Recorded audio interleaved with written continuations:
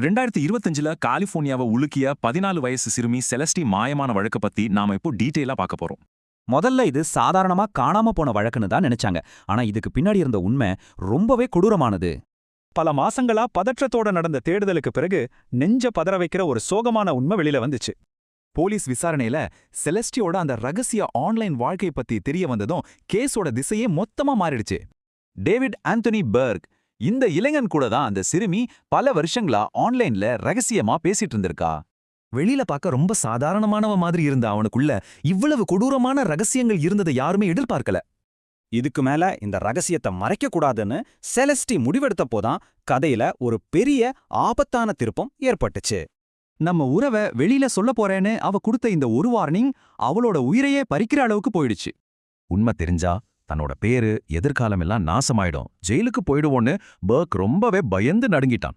செஞ்ச தப்புக்கு பொறுப்பேற்காம அந்த சின்ன பொண்ண உசிரோடே விடக்கூடாதுன்னு ஒரு மிக கொடூரமான முடிவை எடுத்தான்.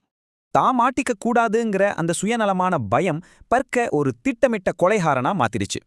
பல மாச தேடலுக்கு பிறகு ஒரு காருக்குள்ள அவளோட உடலை போலீஸ் கண்டுபிடிச்சப்போ மொத்த ஊருமே உறைஞ்சு போச்சு.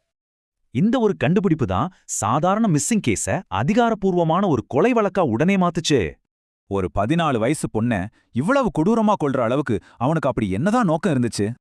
இது காதல் இல்லங்க, தன்னோட தப்பு வெளியே தெரிஞ்சிடக்கூடாதுங்கிற ஒரு வெறித்தனமான பயம்தான் இந்த கொலைக்கு காரணம். நிச்சயமா இது ஒரு காதல் கதை இல்ல, ஆன்லைன்ல பதுங்கி இருக்கிற க்ரூமிங் அபாயங்களை சுட்டிக்காட்டுற ஒரு கடுமையான எச்சரிக்கை இது. தங்களோட குற்றங்களை மறைக்கிறதுக்காக ஆன்லைன் கிரிமினல்கள் எந்த அளவுக்கு கீழே இறங்குவாங்க அப்படிங்கிறது இது ரொம்ப தெளிவா காட்டுது. நம்ம வீட்ல இருக்கிற மொபைல் திரைக்கு பின்னாடி இது போல இன்னும் எத்தனை ஆபத்துகள் பதுங்கி இருக்கோ கொஞ்சம் யோசிச்சு பாருங்க.